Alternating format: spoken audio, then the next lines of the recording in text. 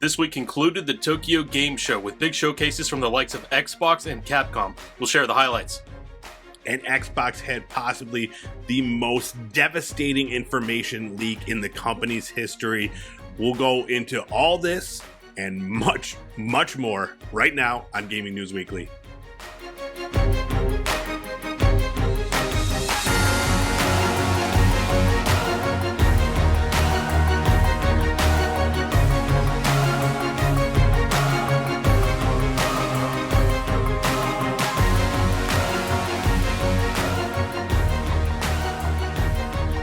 What's up, everybody? It's time for another huge episode of Gaming News Weekly, the best weekly video game news show out there. Every single Monday, we're bringing you all the biggest things happening in the video game industry. You can find us on Fruit Lab, YouTube, podcast services, everywhere.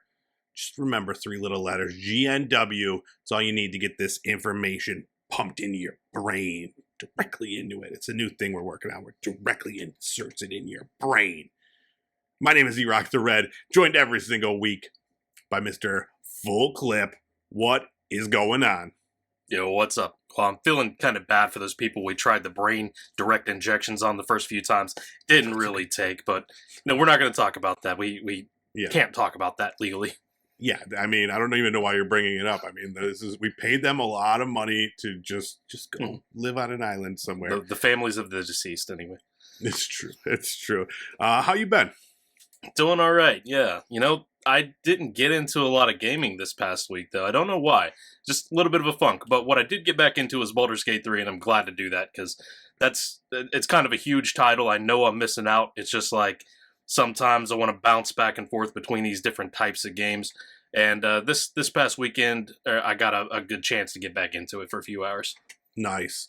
Yeah, I haven't played that in a couple weeks. I've been playing a lot. I've been playing a lot of games, but I'm waiting to just until I'm fully back into it. You know, I needed a little break. I got, through the first act. I'm ready to go, but I've been playing a lot. So one of the games you inspired me last week. I started playing Titanfall 2 again. Oh, and man, you were not kidding. It's like it's a brand new game. Yeah. It plays, so I'm playing it on the Steam Deck too, on top of that. It plays amazing. It's the best. I started playing some so I played a little of the campaign, and that works great. Everything, as far as, the way it looks and how it runs, flawless. But you inspired me to jump into the multiplayer, and man, dude, it is it runs so smoothly. I'm having no issues playing and keeping up. I mean, a little bit of issues. I'm trying to fine tune the controls. I gotta use the gyro mode. Everybody talks about doing that. It's got a little for that fine tuning to get those headshots and stuff. I gotta mess with that a little bit. But yeah, dude, the player base is huge. I went in there and it said I don't know, 15,000 people were playing just randomly in the afternoon the other day, and I'm just what is this? They had new modes. They had this. It was just 3 question marks, and it was just only rocket launchers or whatever. Yeah. I didn't get to try that one. One of the ones that I saw was Attack on Titanfall, which seemed really cool. It's everybody has grappling arms or hooks or whatever they are.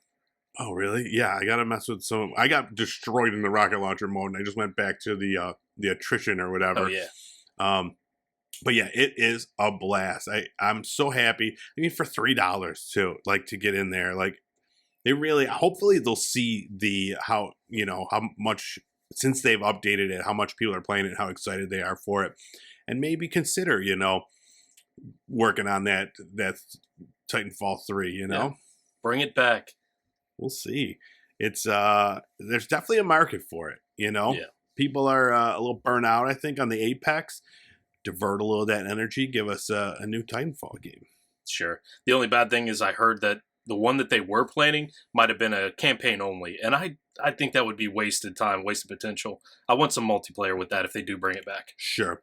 I'll take if it's all or nothing, I will take the campaign though. If that's all they want to give us, because just being able to control those Titans, it feels good. It feels nice. The story in the campaign is great. The gameplay is great. The wall run, just everything about it's great. Go play Titanfall 2 if you've got it. It's in its renaissance. And then I played another game, part of our new releases. So I'll talk about it when we get to there. Should we jump to that? Let me ask you one thing about Baldur's Ooh. Gate 3 before we jump in. Yeah, Is there I like can't a clear point that I would know if I have completed Act 1? Because I'm like trying not to miss anything before I hit that wall, if there is one. You will. Like there will be a point where you can go further, and it'll explicitly say like you are moving on. Make sure you do everything that you want to do before you go to the next like area. Gotcha. Good. So, and that's when it'll get an Act 2. That's more of like, yeah, leaving the, getting into the Underdark and going through that way into that other world. So yeah, it's that's like kind of where I'm at now. I played maybe a few hours into that, and the difficulty ramps up a little bit. But yeah, it's blast, dude. It's gonna be hard for that one to not win Game of the Year, in my humble opinion. But it's got some competition, some big competition. All right, it's time for our new releases from this past week.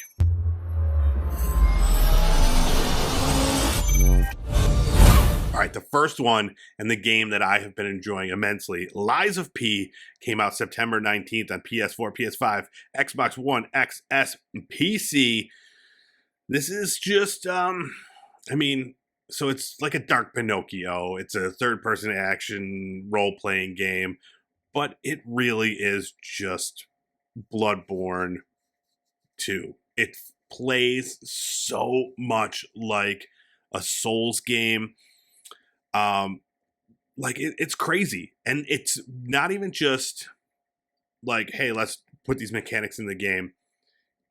It plays so well. It does a Souls game as well as FromSoft does. And it's the best version of one that I've played since since Bloodborne came out. This is close. And I always say Bloodborne is one of my favorite games. It's definitely filling that need that I have for a Bloodborne 2. It's great, dude. It like everything, the blocking, like just the animations, the menus, like everything. It's really just hard. It's like I jumped in and I'm playing it right away, like, and having no problem because I'm so familiar with this system, even though I've never played this game before. So it's really crazy. Yeah. So I remember from the trailers, it really emphasized, because you're like Pinocchio, you're made of wood and you're some sort of part machine maybe. They had like different arms on him, and those were his different weapons. Does this kind of play like the Soulsborne games where you pick those up and just interchangeably swap them, or is there more to it than that? That's exactly it. Yeah, you can swap out weapon parts and different arms and that sort of thing. And it has like the arm has a special attack that has like a meter. So yeah, it's great. I even think I'm only maybe like 4 hours in, 5 hours in. But I feel like it's easier than Bloodborne. It's a little bit more forgiving, but it's different in that, like, so I started playing the very first boss. I'm playing it like I was playing a Bloodborne game where I'm trying to dodge and roll. And once I realized that, okay, this mechanic is a little different, they want you to do blocking and parrying more. And once I started doing that, it became even more easy, where every once in a while you'll mess up and you'll take a big hit. For all those times you don't mess up and you could block it, you can break their weapons, and then you just take them out, you know? Much easier after that. Yeah, so it's great, man. The level design is fantastic. There's like, it's winding through. There's these huge levels and it winds through, but then there's shortcuts that you'll unlock as you get to a point. You'll open up a gate and then you'll be able to go right through there. And there's enough like save points throughout where it does, you'll get to a hard part, but there's a save spot right there, so you could die 20 times, but you just jump right back in and try it right away. And then on top of that, like, so from software games, they always have like a really interesting story, but you have to really work hard to figure out what that story is. You got to read about all the items and like, this one, Oh yeah. I like it because it's pretty much straightforward. It's telling you, it gives you, there's like this, right before it starts, there's this cutscene and it tells you what is going on. And then you talk to these NPCs and they're giving you more of the story. And it's nice. You don't have to work as hard for it. And I like that because it's kind of, mood I'm in. I don't want to be digging and trying to find pieces to figure out what's going on. Well, I think that's cool. This one is just like, okay, this is what you need to do and go do it. Nice. Yeah, Yeah. I couldn't tell you what the hell was going on in Elden Ring, but that sounds Yeah. kind of cool. Is there any Yeah. more like Pinocchio elements, like Jiminy Cricket or Geppetto in this so Yeah. far? Both of them are in it. And you have to, there's points where you could tell the truth or you could lie, and think different things happen based on your decision there. But yeah, it's really interesting. So I'm playing it on Game Pass. It was a day one release on Game Pass, and it's such a big pull for Xbox and Game Pass to have this day one, because like I was ready to drop $60 on it, and like knowing that I don't have to, like, it's awesome. So yeah, I absolutely recommend it. It's at an 80 on Metacritic right now, so getting well reviewed. I definitely recommend checking it out. I think especially, like, did you like Elden Ring when you played it? Yeah, quite a bit. Yeah, I think even like that, I think you'll enjoy this because it doesn't have that steep difficulty curve. Whereas, like, I fought the first boss probably 15 times, but once I figured out that block and stuff, I was like, oh, easy peasy. So yeah, it's a blast. All right, next up, Mortal Kombat 1 came out September 19th on PC, PS5, Xbox XS, and Nintendo Switch. This is it's more Mortal Kombat. There's really not much to say. There were some changes to the mechanics, the way your energy bars work and the way damage is done. They have cameos is the big feature in this one. It's like kind of like a tag team thing where you could pick another fighter to be on your team, and they come in and they do a move every once in a while to kind of keep your combo going. If you need someone that does like a high attack for a combo, you call them in right then and they'll come do that. The fatalities are there, crazier than ever. Those fatalities. And then as far as like, so the story of Mortal Kombat, it's been entirely kind of like rewritten. So from the end of Mortal Kombat 11, they kind of, they're telling a brand new story, and in it, like, they changed a lot of the characters' looks, their backgrounds, their alignment, and that sort of thing to give it like kind of a new, fresh feel. So yeah, it looks like, more Mortal Kombat. I'm excited to buy it. I thought about it. This is what happens every time there's a new Mortal Kombat comes out. I'm like, yeah, I'm gonna buy this Mortal Kombat, and then I'm like, shit, I could wait like 2 months and get the pack that includes all the DLC and everything. They always have that ultimate pack that comes out a little bit further down the line. So yeah, and there's another thing. It's a thing called Invasions mode, which looks like it's kind of like on a game board, and then there's just fights that you do, and then mini games, and then you unlock stuff. I was like, I have no idea. Like, I didn't watch any gameplay of that, but it sounds really cool. Yeah. So yeah, that's the thing with Mortal Kombat. The story mode will always be there, and it doesn't matter if you're day 1 or day 100. Multiplayer, you're going to get your ass kicked. Yeah, especially when they're talking about the introduction of these cameos to help people like finish their combo, so that they, if a character's, and I'm just like, this is a thing. Like, where you're missing, your character is missing a thing, so you get another guy to come in, and I don't know, it's weird, but yeah, it makes me hope, like, in the future, I guess Mortal Kombat 2, I'd love to see like a dual fatality, like you get to mix and match. Yes, that would be dope. So we got to talk about the Nintendo Switch version. Have you been looking at some of these memes and everything? I've seen some screenshots. Oh my god, dude! One person compared it to like, it looks like a Bethesda NPC, and I was like, oh my god, it does. Like, just with the dead eyes and like this crazy look. Yeah, it's bad. It's real bad. So Ed Boon, the creator, he said that the Switch version will be fixed. And I don't think that's possible. Yeah, there's only so much you can do on the hardware. Yeah.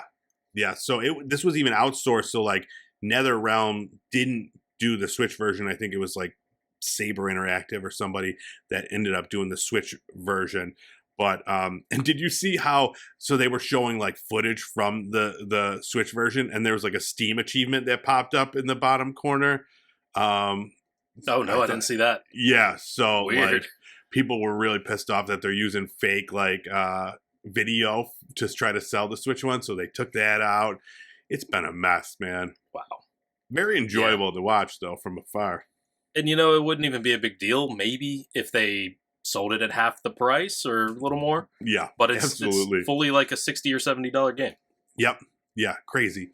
But and on top of just the visual look, I'm hearing that it's full of bugs and like it takes like 10 days to get into a match because it's just got to load everything. It just sounds like a nightmare. So it's unfortunate, but it's it's cool that they're doing it. They're trying to include the Nintendo Switch. Hopefully they'll be able to figure it out and at least make it playable, when you're buying a Nintendo Switch version, it's not going to look as good as the PS5, but you don't want it to look that bad either. Yeah. All right. Another game that just came out recently, Party Animals, came out September 20th on PC, Xbox One, X, and S. This is a multiplayer party game. I had played this a little bit today, maybe a couple hours. And it's so you pick a cute animal, and then you go out there, and it reminds me a lot of like Gang Beasts, meets like what was that little game with the beans? Fall Guys.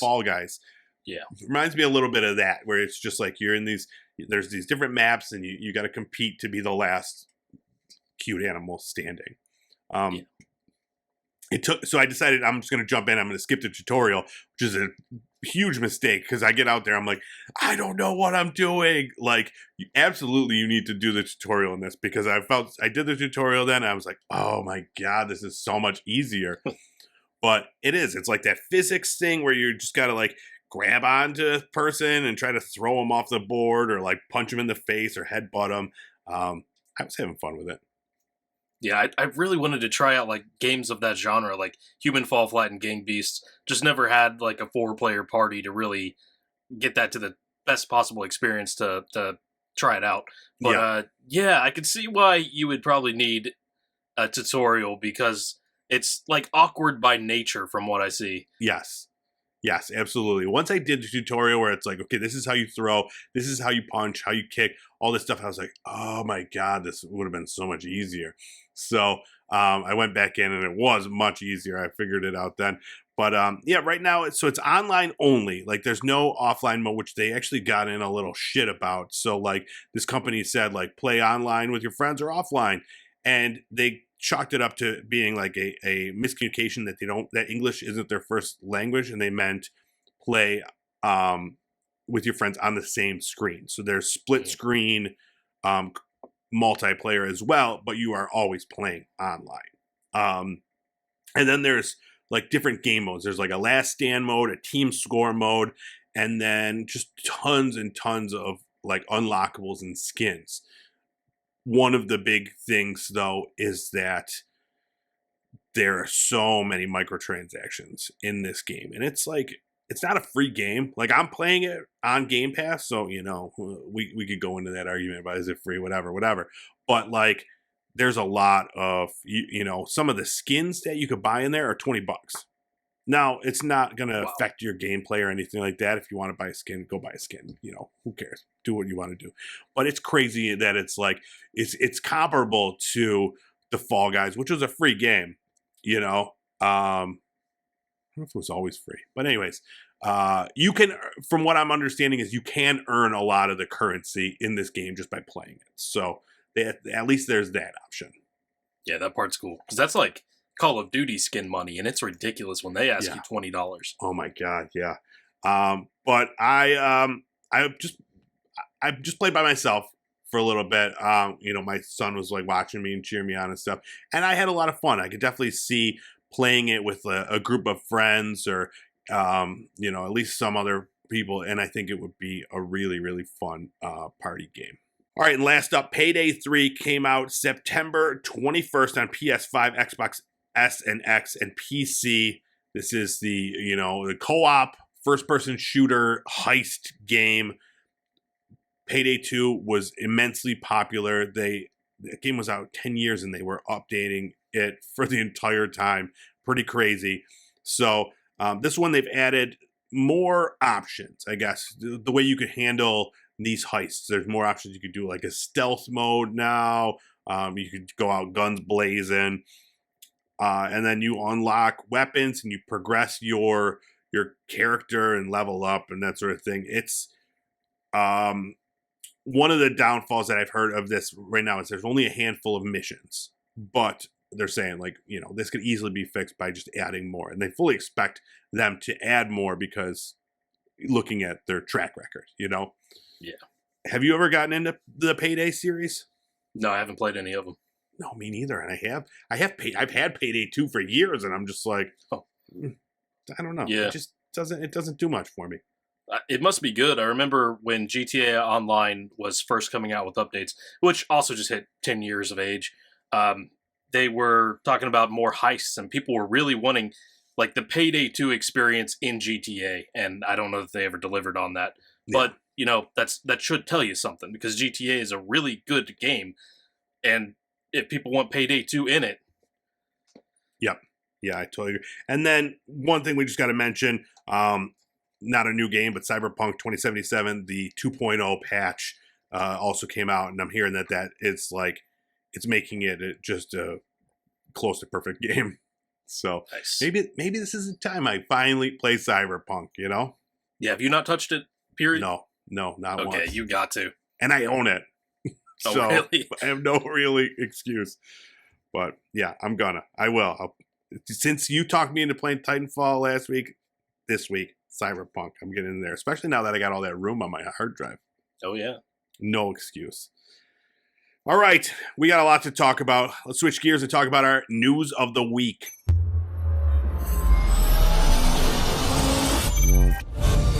All right, our top story this week. It's been an exciting week for Xbox.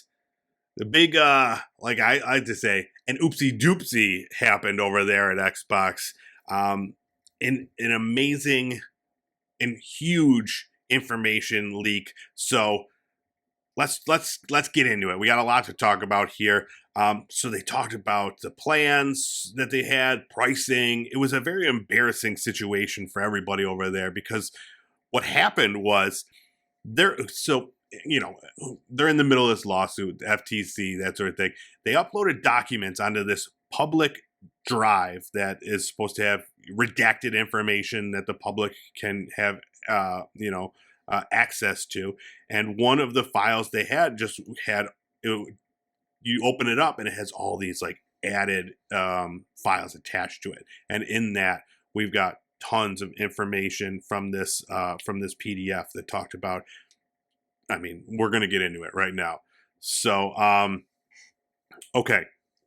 First up, I want to say this is all outdated information. Some of this stuff was from up to, 4 years ago, up to, the last couple of years. So it's not, things have changed and some things, we'll talk about it all. So first up, let's talk about the mid-generation console that we got information about here. Do you see this thing? Brooklyn and Elwood. Terrible names for them, by the way.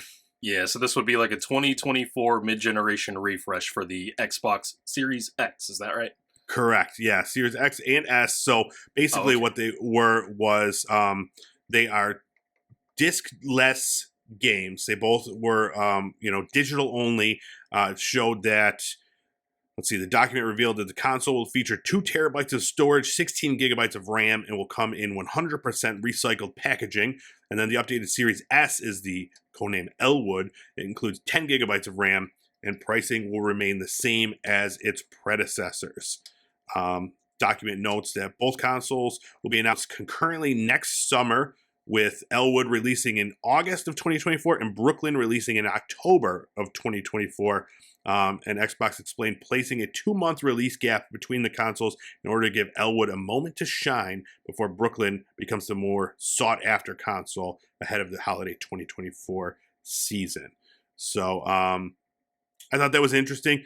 Another thing from, I don't know if it's the same document or whatever, but it showed that the difference between Xbox S and X console owners, 75% of people that own an Xbox own Series S, which was surprising, the less powerful. But I think it goes, because that's what I have, and it's my Game Pass machine. You know, I don't need a disc drive. I don't need super powered. I'm playing indie games on there, or, you know, Liza P.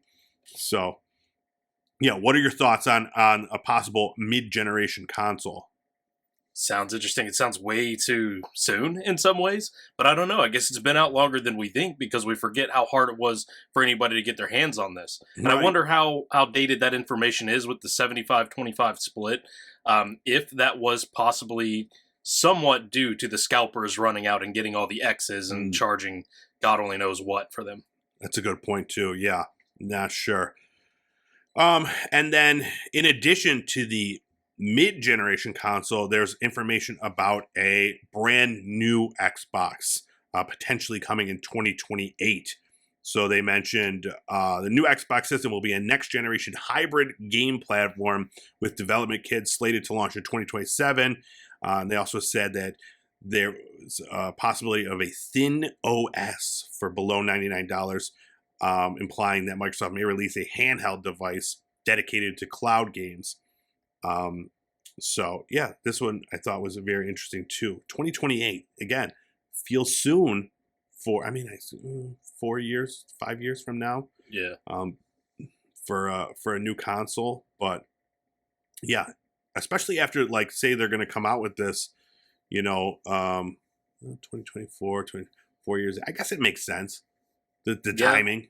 Somewhere 9 or 10 years after it originally came out, I'm guessing. Yeah. Yeah. I don't know. Like, we always talk about, like, the next level of power for these things. And it'll be surprising to me what they can do, going forward with another next gen console. Because I feel like we haven't even seen close to what they could do with the one now. But granted, we're talking 5 years out. Let's see what else. We got a Bethesda Games timeline. Now, this came out 3 years ago, and in it they talked about some big ones here, and one of them being the Oblivion remaster and a Fallout 3 remaster. So both things I think are great ideas. I think they would sell great. I'm sure they would probably just be put on Game Pass, but I could see that being big subscription movers for Game Pass. You get a remaster of both of those games, and that would be huge. Some other ones on the list. So they were set to come out financial year 2022 with the Indiana Jones game.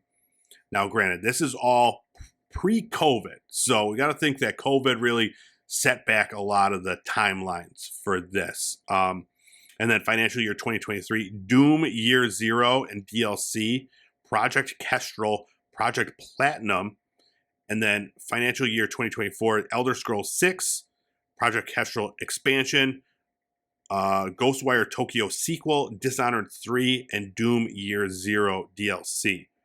Now, we know Elder Scrolls not coming out 2024. We already talked about that. I'm thinking that's going to be 2026 most likely. It'll be out when the new Xbox is out, probably. Yeah, you're probably right. Ghostwire Tokyo, I don't think we're going to see a sequel for that. I don't think that ended up doing well enough. And then I haven't heard anything about Doom Year Zero. So yeah, I don't know, what happened to that, if that's being worked on or what. So it's interesting to see this and how different it is, 3 years later. Yeah. Again, taking into consideration COVID and that sort of thing. One other thing that came out of that, Elder Scrolls 6, we did find out that is going to be a Xbox exclusive. They did say specifically that, because it's been teased. He's like, Phil Spencer leading up to this with the acquisition. Well, we don't know, but in these documents, it does show that Elder Scrolls is it's not only skipping the PlayStation, but could release as early as 2026. So, Well, yeah. I don't know. There's always the solution. They did offer Game Pass to PlayStation. Yeah, just take it. They just put Game Pass everywhere, which we'll see. We'll see. All right, the next document that I thought was very interesting. It was revealed that Microsoft was eyeing close to 100 developers to purchase. Some of those including Sega, Square Enix, Zynga, and Nintendo. Now, what do you think? Do you think what would a Microsoft-owned Nintendo look like? I don't know. That's too complex of a question. I can't think about that. Dude, it's crazy. And the fact that, so there's a whole, I'm not going to go over the whole email that was sent out, but in it, they talk about strategies and how to acquire Nintendo and talk about Nintendo sitting on a ton of money right now. And we just got to wait them out. It's probably not a good idea to force our way in there. Just the audacity of them to be yeah, let's just go buy Nintendo. I don't think Nintendo would ever sell to Microsoft. They got their own thing going, like I said, a lot of money. But I don't know. I think that would be the downfall of Nintendo, trying to capitalize on, Nintendo's always about the weird thing. They have so much money. They could just do weird shit. And then Microsoft being okay, we need to make money. Let's make this money, Yeah. And Nintendo does a lot of weird shit, like the Nintendo Labo thing. Just Yeah. all these off-the-wall projects that you hear about for 5 minutes and then it disappears. Yeah. And you wonder how they make money sometimes. Well, it's because one out of every, 5 of them hits huge. So, that'd be interesting. I'm afraid of what Microsoft would make Nintendo do, but at the same time, maybe it would make Nintendo better in some of the ways that Nintendo is just kind of weak right now. It's true. It would definitely help Nintendo in some ways by knowing. I think they know their consumer more, Microsoft. But yeah, I think ultimately, it would be a mess. Mario would be in Call of Duty. It would just be a whole thing. That. Yeah. They also considered at one point trying to buy Valve and Warner Brothers, which Warner Brothers, I could see Valve. And I don't think that's ever going to happen either. I think Gabe is pretty happy over there. Yeah, and to be honest, I don't know that either of these would ever happen at this point because of how much backlash they're facing around the world trying to get this ABK deal done. Oh, absolutely. You're right. Yeah, they tried to buy Nintendo? No way. If this is the problem, buying Activision, for sure. All right, there was a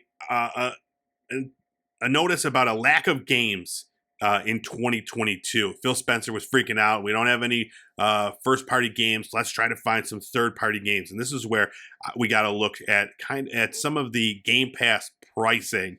And I thought this was really interesting. So I'm going to run through some of these prices real fast that they were estimating that they would need to pay to have it on Game Pass. Dying Light 2, $50 million. Red Dead Redemption 2, which is another thing I want to talk about. This would be a remaster, which this has never been brought up. They talked about having Red Dead Redemption 2 before, but a remaster? Very exciting. But this would have been $5 million per month. Let's see. Wreckfest 2, 10 to 14 million. Baldur's Gate 3, $5 million to have that on Game Pass. And they decided that, no, we don't want that. They said it was like a third-party Stadia role-playing game. They really botched that one right there. They could have that for $5 million. That's like being in the 80s and being able to buy Microsoft or Apple stock. Right. Yeah, exactly. Gotham Knights for $50 million. Suicide Squad Kill the Justice League, $250 million. Star Wars Jedi Survivor, $300 million. Mortal Kombat 1, $250 million. And Grand Theft Auto 5, $12 to $15 million per month. Now, they do have Grand Theft Auto 5 on there. I'm wondering, are they paying that amount of money to have that on Game Pass? I hope not, because that's a $10 game when it's on sale. These prices blew my mind. This is the shit that we don't see. The video game world is so secretive, but like when you saw how much these companies are getting paid to put their game on Game Pass, I was like, my Yeah. goodness. Well, Crazy. when I hear the figure like 200, 300 million, I find it hard to believe that those games would make that in sales, like without Game Pass. Yeah. Yeah, I have no idea. But the takeaways from that list, Baldur's Gate 3, they really botched that. And then a possible Red Dead Redemption 2. I wonder whatever happened that having a remaster of that come out. It's it's a missed opportunity. There were a whole bunch of other ones that I'm not even going to, bring up, different like one-handed controllers and all this other stuff. If you have any interest in it, go check it out. There's a bunch of great information on there. But Phil Spencer did address the leak. So he tweeted, we've seen the conversation around old emails and documents. It is hard to see our team's work shared in this way because so much has changed and there's so much to be excited about right now and in the future. We will share the real plans when we are ready. And then also, just real quick, we're strapped for time, but I want to read this memo he sent out to the team at Xbox. It says, today, several documents submitted in the court proceedings related to our proposed acquisition of Activision Blizzard were unintentionally disclosed. I know this is disappointing, even if many of the documents are well over a year old and our plans have evolved. I also know we all take the confidentiality of our plans and our partners' information very seriously. This leak obviously is not us living up to that expectation. We will learn from what happened and be better going forward. We all put incredible amounts of passion and energy into our work, and this is never how we want that hard work to be shared with the community. That said, there's so much more to be excited about, and when we're ready, we'll share the real plans with our players. In closing, I appreciate all of the work that you pour into Team Xbox to surprise and delight our players in the days and weeks ahead. Let's stay focused on what we can control, continuing the amazing success of Starfield, the upcoming launch of the incredible and accessible Forza Motorsport, and continuing to build game services and devices that millions of players can enjoy. So, yeah, I thought well handled, because it's got to be, dude, that whoever put that document up on the thing, it's got to be fired, right? I don't know. I'm wondering if it'd probably have to be like their legal team, right? Maybe not somebody at Xbox. Yeah, just not some intern. It's just like, hey, I'm just gonna pop this up there. Okay. Yeah, crazy stuff though. But all right, we're not done chatting about Xbox just yet. Tokyo Game Show was just this past week, and Xbox had a digital direct sharing things that they intended on getting out this time. So that's a plus, right? Step in the right direction. Real quick. So the headliner for this one was a game called Hotel Barcelona. Did you watch the trailer for this? No. Okay, it's really weird. So it's from Suda51, and we all know he makes really weird shit. And then Swery. I don't know who that is. But anyways, it's like this weird, I don't even, like an action movie, but it's like a parody of an 80s like thing. I don't know. And it was just like, go watch it. It was very interesting. I thought I never heard of it. It looks cool, but those Suda51 games either like are really fun or just really bad. Octopath Traveler 2 is finally coming to the Xbox early 2024. This is the only system it's not out on. Now Xbox fans can get it. Forza Motorsport, they talked more about that and how it's coming directly to Game Pass day one on October 10th. So that's not far off. Fallout 76, there's a new huge update coming to that. Elder Scrolls Online update. Phoenix Wright Ace Attorney Trilogy was announced to come to Game Pass. That's exciting. That'll be on September 26th.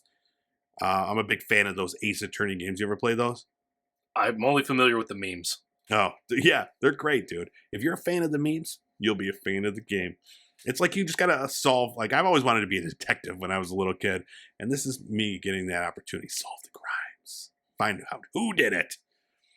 Yeah, bunch of other stuff too, but nothing that we really need to go into. There was they announced Minico's Night Market coming to Game Pass. My wife's been very excited for that game for 16 years, it seems like. Anything else from that announcement that you want to talk about?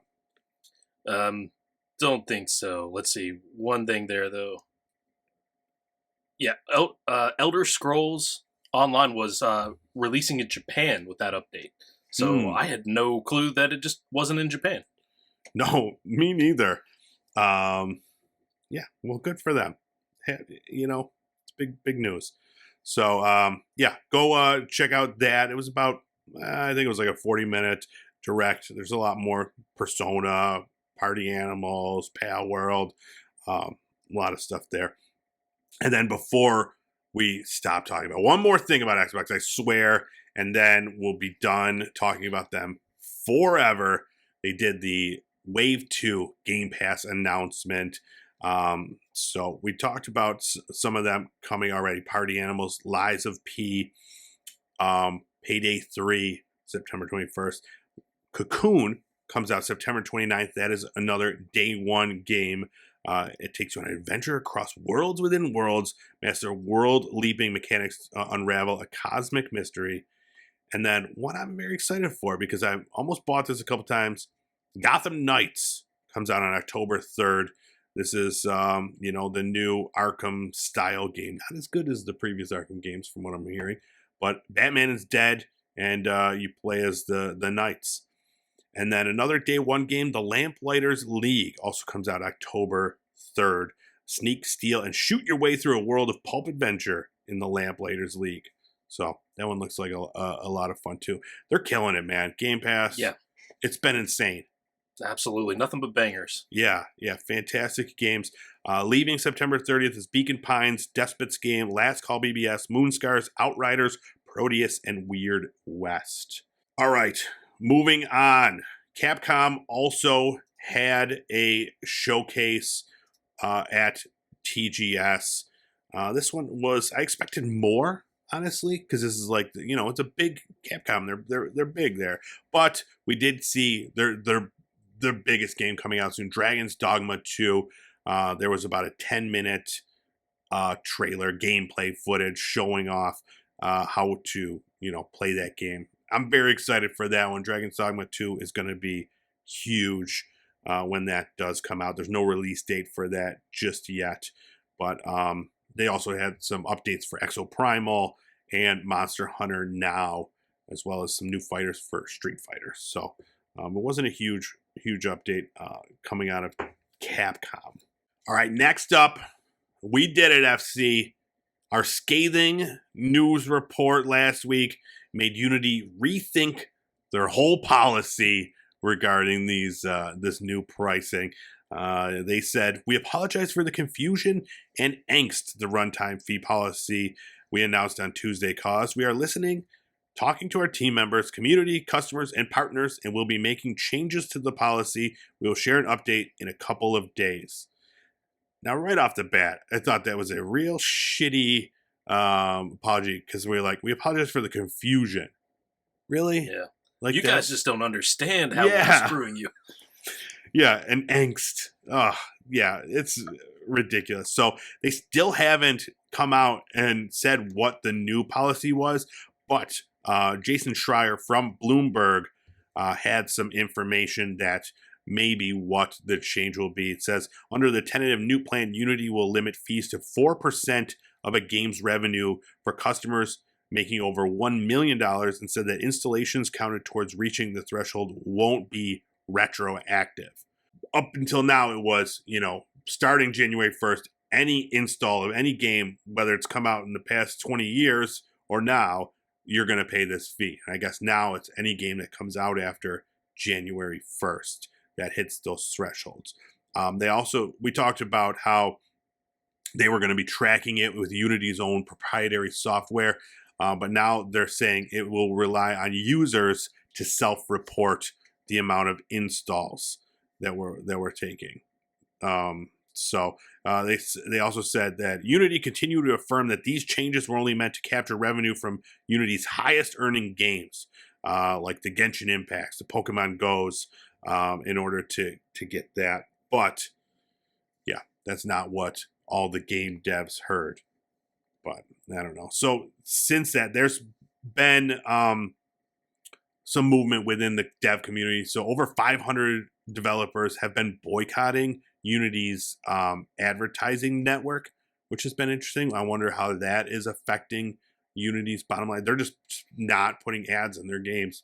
Yeah. So that Unity doesn't get paid. Love it. And then Terraria developer Relogic said they were going to be giving $200,000 to open source game engines. So it's $100,000 to the engine Godot and $100,000 to FNA, and plus $1,000 a month for them to continue to build their engines and keep them going. So that's pretty cool. Yeah. Do you think Unity will ever gain the trust of the community back, or is it just too little too late? From everything I'm hearing, I think the damage has already been done. And, I think I will probably see continued people using the engine because people know the engine. And if this isn't if they do walk it back enough where it's not going to affect people, I could see them sticking with it because it's something they know. But I think that a lot of developers are going to switch engines and use something else because you can't trust Unity. As we're seeing that they're thinking about their bottom line and not about their customers. And I think it needs to stand as an overall lesson, and not to blame the victim in this case, but we all of us, devs or not, Unity or not, beyond that, we have to think about what we're signing up for when we're signing these terms of service that these companies put a little clause in there and say, hey, we're going to change these anytime we want, and screw you if you don't like it. Yeah. Because, this isn't going to be the last time we hear about something like this, gaming or otherwise. Absolutely. Yeah, and that's a huge part of it. You're absolutely right. Just the fact that they had the nerve to just be like, all right, we're changing things. You owe us this now. It was very mafia tactics, the whole thing. Yeah. It's so it'll be interesting to see what they do, walk it back to officially. All right, next up, Ubisoft has announced Tom Clancy's The Division 3 very nonchalantly. They just kind of announced, they're like, hey, this guy's got a new job. And so Julian Geraghty, they announced, has become the executive producer for the Division franchise and will now oversee the Division, including the Division 3. You ever play the Division? No. Looks awesome, though. It is. It's a great game. It's a great co-op shooter game. I played the Division 2 for a little bit, and had a blast. I played it late in the cycle. I think it was either free or a couple bucks, and I convinced a couple of my friends. I'm like, let's get in there. I think this game is great, and it was. But eventually, we moved on to something else. But yeah, I'm happy to see that they're continuing to stand behind the Division. Let's see. They said, this announcement represents Ubisoft's dedication to the longevity of the brand. In his new role, Julian will drive the many interdependent production elements of the Division brand in a unified direction. This includes development oversight, operations, and creative vision, together with the development teams around the world who are currently developing the mobile game, Tom Clancy's Division Resurgence, Tom Clancy's The Division Heartland, and Tom Clancy's Division 2. I don't want to say Division anymore today. Right. There's a lot. It's a lot of the Division. So yeah, that is exciting. I'm sure it's not. I don't even think it's in production. They just announced that this guy's going to be running it. So we got a ways to wait on that one. All right, this is it. Speed round, dude. Ready? Put 5 minutes on the clock. Chime in anywhere you feel comfortable. Let's go. Spawn and Skeletor. Just two names coming to Call of Duty. The Activision revealed their Season 6 roadmap starts September 27th. It's going to include Spawn, Ash Williams of Evil Dead, Skeletor, Inarius Lilith from Diablo 4, and Alucard, who is a Helsing character from the anime or whatever series. Thoughts? Cool. It's no surprise when we're seeing Nicki Minaj, Lara Croft, everybody else being added in. The Fortnitification of Call of Duty. I don't mind these skins and stuff. I think it's interesting that they can now sell a hell of a lot more of these when you're in September of your Call of Duty season, when another Call of Duty is right around the corner, because these are going to move forward. Yeah. My only question is, this probably isn't going to move forward another generation. So how is this going to fare next September when they're trying to sell you more skins? It's a good point. It's a good point. But who cares when you can just jump in there and play as Spawn right now? Next up, everyone's favorite healer family is getting a video game. Yeah, I'm talking about Bluey, baby. The Australian cute little blue dog. They're finally getting a video game. Plays Bluey, Bingo, Bandit, Chili. Up to 4 players. You can explore their world. Fan favorite episodes are included in there. It's coming to all consoles November 17th. I showed my son this. He is very excited, as am I. We're a big Bluey family, so I suggest you do your homework and go watch Bluey. Because you're going to get in there. We're going to play it together, me and you. Oh, yeah. I'm the mom, you're the dad, and yeah, we're just going to have a blast. All right, next up, bad news for fans of The Evil Dead, the game. So good news if you're a fan of Call of Dead and Evil Dead, because you got Ash Williams coming to Call of Duty. Call of Dead. Did I say Call of Dead? This speed round's really messing me up. Evil Dead, the game, will not receive any new content, and the Nintendo Switch version has been canceled. Servers for the PlayStation, Xbox, and PC versions will remain online for the foreseeable future. My buddy, he texted me, he's like, oh, you see this? What a bummer. I was like, dude, we played it twice. Like, we're the reason. Yeah. We are the problem that this messed up. But I didn't even know it existed. There you go. Yeah, Texas Chainsaw Massacre. That's the next version. We just keep moving on to different horror versions of the exact same game. And then last up, My Arcade is teaming with Atari to bring us the Atari Game Station Pro. No, this is not a repeat. Yes, there are 2 Atari consoles coming out. This one more of a digital thing. It's not like a remake of the Atari 2600, which we talked about a couple weeks ago. This one is going to be it's going to be $100, way cheaper than the other one we talked about, and it's going to include over 200 Atari games. So yeah, and multiple generations of games as well, where the other one is just the 2600 plus, and the idea there is you've got your physical cartridge. This one is not going to include the physical cartridge slots for that range of Ataris. Yes. Yeah, key features. It's the first console on the market to integrate Atari 2600, 5200, 7800, and arcade games into a single platform. Over 200 officially licensed classics, including Pong, Asteroids, Breakout, Warlords, and bonus titles. Dual 2.4 gigahertz joysticks with integrated paddles with 3 sensitivity settings. Game save options via onboard memory and micro SD card. Dynamic RGB LED lights with 3 glow modes. Bam, you sold me right there. My Atari's going to be glowing. Hook me up. And then it connects via HDMI. Comes out October 31st of this year. That's very soon for it to be just announced. Like, hey, next month you could have this console. And you could start pre-ordering it right now. So, $100. That's not bad. Yeah, quite a few games for $100. I don't know how much replayability there is in those Atari games. It's hard. We always say you can't go home again after you're playing Spawn or Skeletor in Call of Duty. Gosh. All right. Yeah, I don't know why these are 2 separate things. Why can't they just smash these both together? We're living in the age of emulation.